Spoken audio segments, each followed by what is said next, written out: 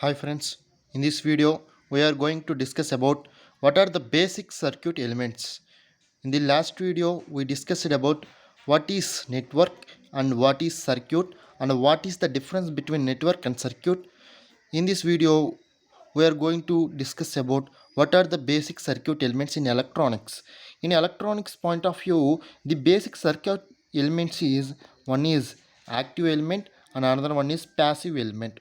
Okay, in this video I am going to discuss about briefly what is active element and another one is what is passive element.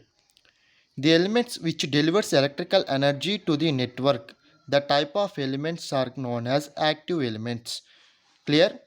The elements which are used to supply the power to an electric circuit, the type of elements is known as electrical elements. Not electrical elements, sorry. The type of elements is called active elements. Using the active elements, we can deliver some power, some voltage or some current to our electrical circuits or electronic circuits. In our electronic labs, RPS is used to supply power. Okay, active elements, the elements which delivers electrical energy to the network, the type of elements are known as active elements. Okay, example, what are the different, so there are so many examples for active elements. All energy sources are active elements because by using this electrical element, by using these energy sources, we supply some power to the circuit. Battery sources, and solar power, etc. Voltage sources, current sources are also examples of active elements. And the next one is passive elements, the elements which absorbs or consumes electrical energy in the network are known as passive elements.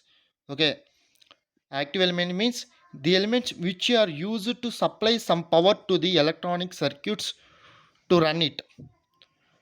Those elements are known as active elements. And the elements which absorbs the power which is delivered from the active elements, the elements which absorbs or consumes the power which is delivered from the active elements are known as passive elements.